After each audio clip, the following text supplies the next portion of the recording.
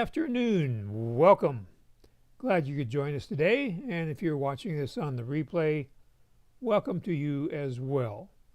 So let's dive in, talking about the practical use of AI on Go for Lunch for May 19th, 2026. Brought to you by GoFor Technology. I'm Roger Harmon, your host, and we're here to make your technology work for you. Well, it is Plant Something Day today. So whether it's a flower, an herb, a fruit tree, a succulent, whether it's in your front yard, your backyard, or in a pot, get your hands dirty today and plant something. So many times I see offers on the internet, and I like to do my due diligence, see what they're all about, see if they're legitimate. So when you use a web browser to search, it's tedious. You have to do searches like name of product is scam, or name of product, customer reviews, or something like that. And then you get multiple responses, and then you have to go through each one of those responses, and many times many of them are affiliate links where they're trying to sell you the same product, and it's just rehashing what you already saw on the website. So I've started using large language models, also known as AI, artificial intelligence. And you can do this with a free account, so it doesn't cost you anything. First, you tell the AI who they are. What role do you want the AI to be playing as it gives you the answer to your question? So you want an expert checking on the facts from an expert point of view. For example, I saw this thing on the internet about Bodywell, which is supposed to protect you from electromagnetic frequencies, EMF, or RF, radio frequencies. So I told Gemini, my current AI of choice, to be an RF, a radio frequency engineer. So then I copied the URL to the website, and I pasted it into Gemini. So here's what happened. So here's my, this is going to be hard to read, so I'm going to read it to you. Here's my prompt. You are a radio frequency researcher. Please tell me if the product on this website is legitimate. Then I pasted the website address, the URL, and then I got this response. From the perspective of a radio frequency RF researcher and electrical engineering principles, the short answer is no. This product is not scientifically legitimate in the way it is marketed. While the website uses sophisticated technical jargon such as SAR, TRP, TIS, and EEG, the references independent testing labs to establish credibility. The core claims regarding how the product works defy the physics of RF engineering and biological interaction. An analysis of the product from an RF engineering standpoint highlights several major red flags and scientific contradictions. So it goes on to say the paradox of migration without blocking. The website explicitly states Bodywell products do not block or shield EMF. Instead, they interact with the body to mitigate the biological effects. The technology introduces a consistent, recognizable pattern to your body. The physics reality Radio frequency radiation is governed by Maxwell's equations. For a passive sticker or chip, one with no battery or external power source, to alter an electromagnetic field, it must physically attenuate, reflect, or refract the waves using conductive materials, acting as a shield or a stray antenna. The contradiction: if the chip does not block, shield, or absorb the RF energy, then the electromagnetic field hitting your body is completely unaltered.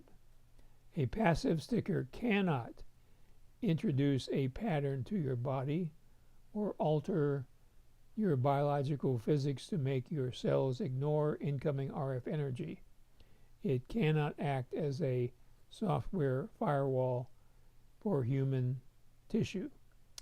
And it goes on to give you a very thorough explanation why this little sticker that celebrities are using on their phone doesn't do anything.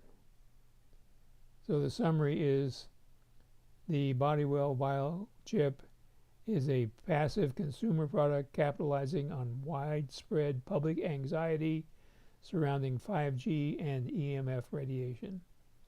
While the founders may have commissioned various proxy studies such as EEG or thermal imaging tests, which are notoriously easy to manipulate based on ambient room temperature or user state, the product violates basic laws of electromagnetics. If you want to generally lower your RF exposure, the only scientific proven methods rely on the inverse square law, distance. Using wired earbuds or speakerphones to keep the phone away from your head. Avoid carrying your phone directly against your body in a pocket that would be actively transmitting large amounts of data, and turn the phone to airplane mode when sleeping near it. A passive sticker or card will not alter the laws of physics or protect your body from RF fields. So this is a great way to do your due diligence on lots of different products. I see health products that look interesting after, of course, you've listened to an hour video about how a substance that's only found in some remote part of the world is being brought in and combined with other substances to generate the desired effect. And every one of these that I've checked with the AI, it turns out to be false. So you have to be very cautious about things that you see on social media, on the internet, because they're basically selling snake oil in most situations. So this has been an example of how you can protect yourself by using artificial intelligence and keep you from getting defrauded. So that brings us to questions. If you haven't already, put your comments in the section there on YouTube. Please give me a like, a thumbs up. That helps the algorithm show this to more people. And it's T-Mug tonight.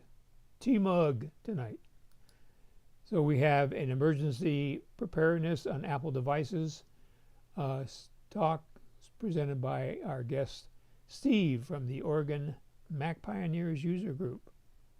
So that may be some information that would be useful to you. So the Zoom link is in the GoFor Gazette, which arrives in your email inbox every Monday morning at 7 o'clock.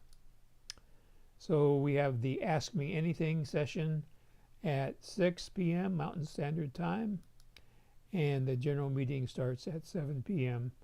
Mountain Standard Time which is the same as Pacific Daylight Time. So let's see what you are talking about.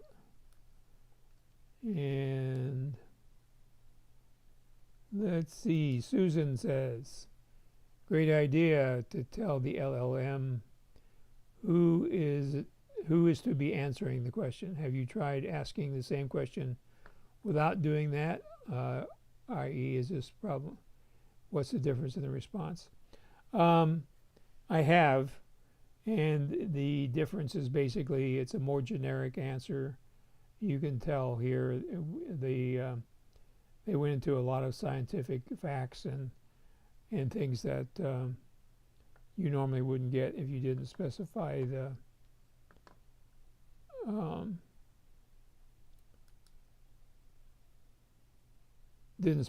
role that you assigned to the AAM. No cookies? Gee, Chris, I'm disappointed. Well, Alice says you're welcome anyway. And Bob says the body oil sounds too good to be true. And it is too good to be true. Unfortunately, you have to shield yourself or put distance between yourself and the object that's radiating the RF energy. There really is no tool. Well, I guess you could say a Faraday cage. So you can get Faraday pouches, so that these are shielded pouches that block all the radio frequency energy if you want to keep your phone from radiating energy into your body. However, when you put it in a Faraday pouch, it also ceases to function as a phone because it can't get any radio signals in or out. So I recommend at night that you place your phone in a different room. Don't sleep right next to it. And during the day, there's not much you can do when you're using your phone. So just do what you can to separate you from that RF energy when you can. So, and there's, again, there's really no device that will both allow the phone to be used and shield you at the same time. So good questions and comments. And Chris says, I asked ChatGPT about authenticity all the time. It's very helpful. So, yep. The LLMs, the AI are your friends. And I haven't, in this scenario, I haven't really seen it do any what they call hallucinations, which is also known as lying. So they have been coming up with really good explanations which appear to be accurate. So you always have to watch out, however, because the LLMs are people pleasers. So sometimes when they don't know the answer, they will make up something. So you always have to be cautious. If something doesn't sound right, then check it through another source and confirm what the LLM is saying, whether it's true or not true. So, you're welcome, Alice. So if you think of anything else you'd like to know about, just let me know by calling me or emailing me. The information is coming up here shortly. So thanks for joining us again. Take care. Have a great week. We'll see you next Tuesday at high noon for another Go for Lunch.